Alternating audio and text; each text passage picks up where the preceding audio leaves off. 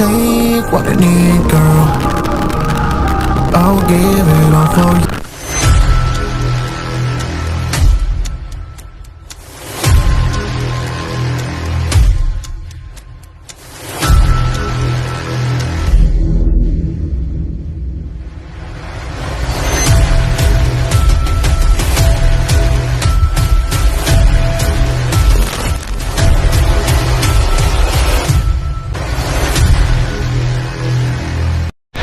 Yun o, good evening everyone, no? Ulit tayo nababalik, 659 Moto is back.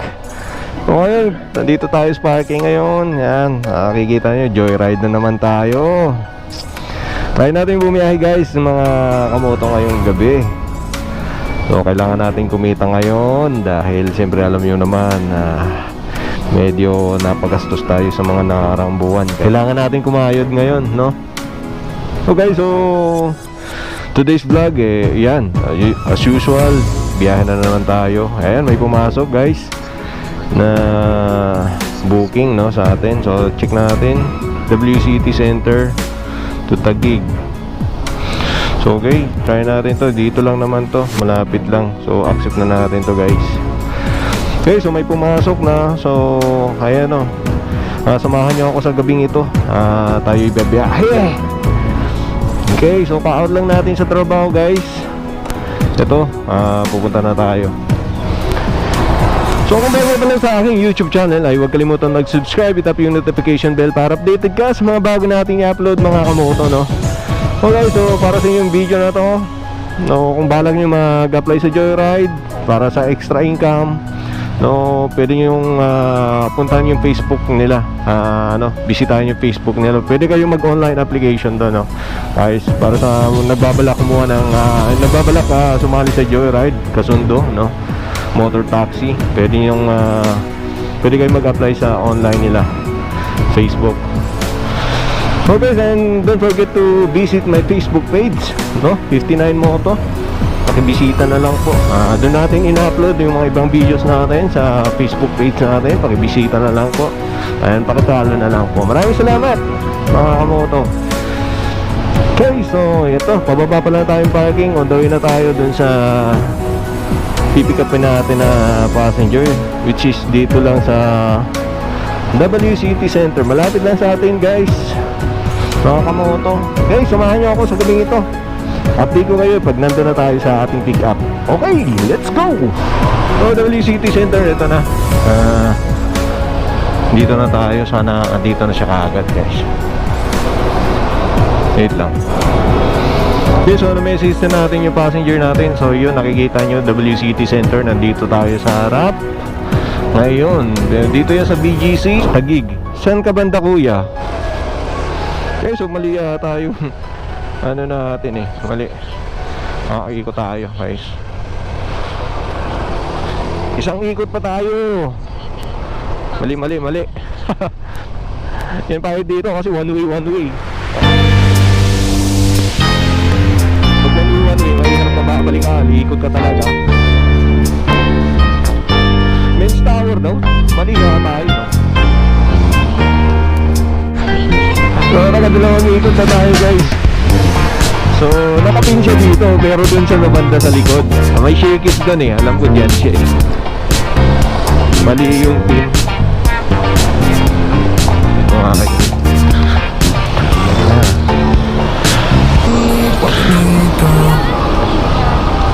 Alright siya. Okay. Akala ko dun kasi nakapin sa kabila.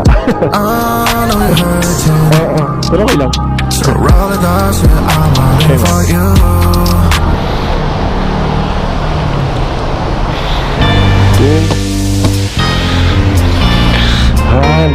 So guys, na-pick up na natin, naka-arrive na tayo. Alright. Okay, let's go. So guys, so na-pick up na natin yung passenger natin. Bad trip guys, umuulan, umaambo na. Nararamdaman ko na yung patak ng ulan. Pumapatak ang ulan sa bubong ng bahay. Sana hindi tayo aabutan ng pagbagsak ng malakas na ulan ngayong gabi. At wala tayong kapote. May isa tayong kapote pala, pero para sa ating pasahero siguro hindi tayo magkakapote. Siyempre priority natin yung passenger natin. Sige, lusaw tayo nito pag sakaling bumagsak ang ulan. So yan yung pupuntahan natin. Medyo malayo-layo guys. So ilang kilometro? 14 kilometers ang tatakbuhin natin. Yan. Alright. Sir, good evening. Dan Daniel, sir. Ha? Dan. Oh, Dan. Okay. Gusto mo hairnet, sir? Sir, okay na. Okay lang? Sige. Ligo ka lang. Sige, sige. Thank you. Medyo ba sir, nakaunti lang. Sir, sakay na ako. Oh, sige pa, sir. So, babalik. Okay, so napick up na natin si sir. On the way na tayo. 84, 200 yan, no? Malinis yan, 200. Pero sabi sa atin, okay na yung 200, sabi. May tip tayo kay sir. Thank you sir. Sir, Dan, no? Shout out sa'yo, Sir Dan. Sa 16 pesos na tip binigay mo, sir. Maraming salamat. 161 guys. Sige, patusin natin to kahit malayo tayo. Sana may makuha tayo pabalik naman. Okay, let's go. Aga pa naman, 8:29 pa lang ng gabi. So hanggang alas 10 tayo bebeyay guys. Maihatid na natin. So dito tayo, pag ganun tayo dito.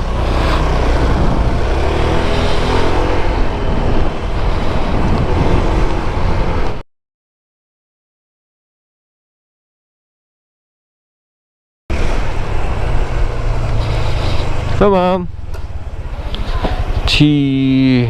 tama ba? Actually may hairnet ako ma'am eh.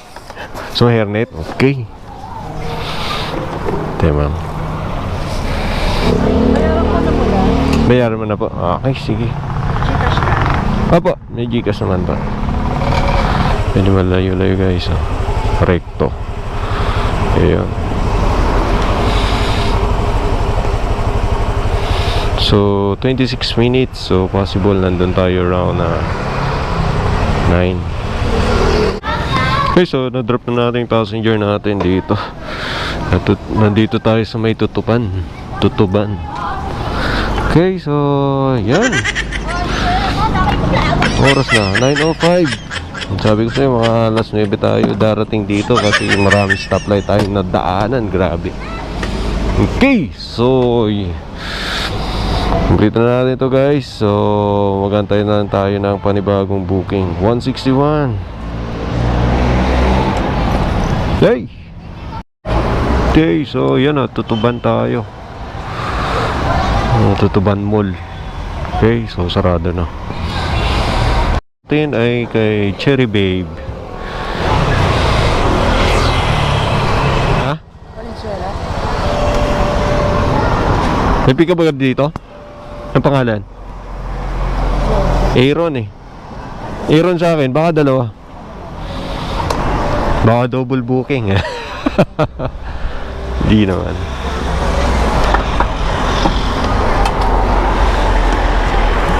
Fake book.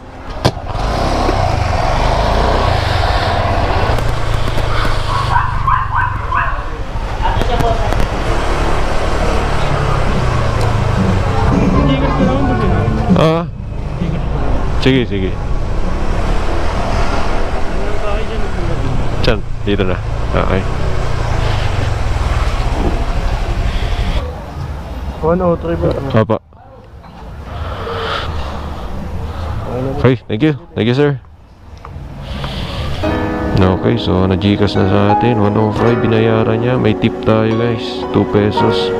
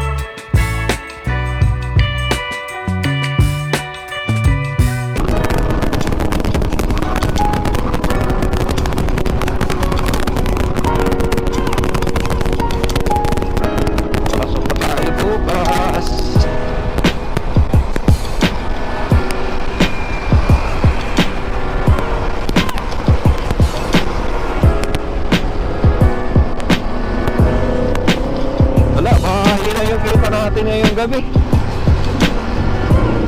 So bukas na lang ulit, biyahe tayo ulit gabi ulit.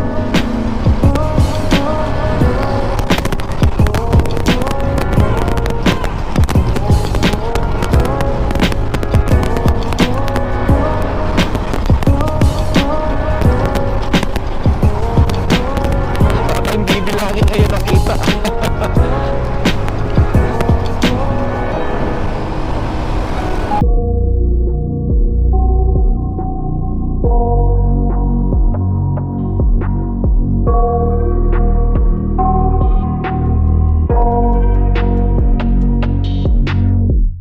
I got nightmares in my head, I fear that the thoughts build up until I can't hear, that my mind fills up into a creature, and it haunts me somewhere much deeper. Anxiety, filling up every space, no privacy. And silently, it could build and build until you finally see. Whoa, it's taking over, damn no closure, moving closer. No exposure, I just wanna be a loner.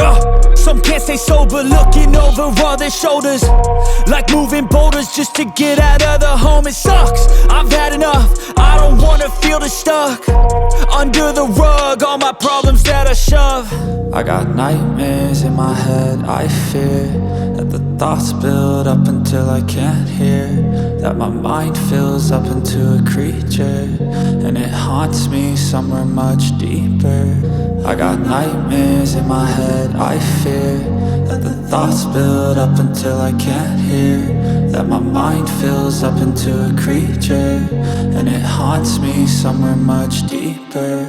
I've been feeling weird, I can't seem to focus good enough. Nothing's really clear, sometimes it could be a little tough. I just need to feel like the end's in sight for me, but let's be really real, anxiety can foggy all this stuff. I've been feeling weird, I can't seem to focus good enough. Nothing's really clear, sometimes it could be a little tough. I just need to feel like the end's in sight for me, but let's be really real, anxiety can foggy all this stuff. It sucks when you finally feel like giving up. Oh God, no luck, everything feels like you're sticky stuck. I'm lost, handcuffed to the bed where I sleep, don't give a fuck. Can't stop, unplug, feeling overwhelmed, I think I've had enough. Gotta find a way to get some energy, gotta find someone who's a good friend of me. I need purpose to make it all worth it, I'm still searching and I'm still learning. I want a life that's filled with memories, not a life with regret and frenemies. I need focus to keep me from hopeless psychosis if I keep moping.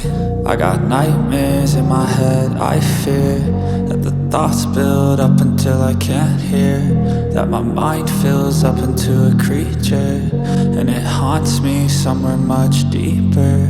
I got nightmares in my head, I fear that the thoughts build up until I can't hear, that my mind fills up into a creature, and it haunts me somewhere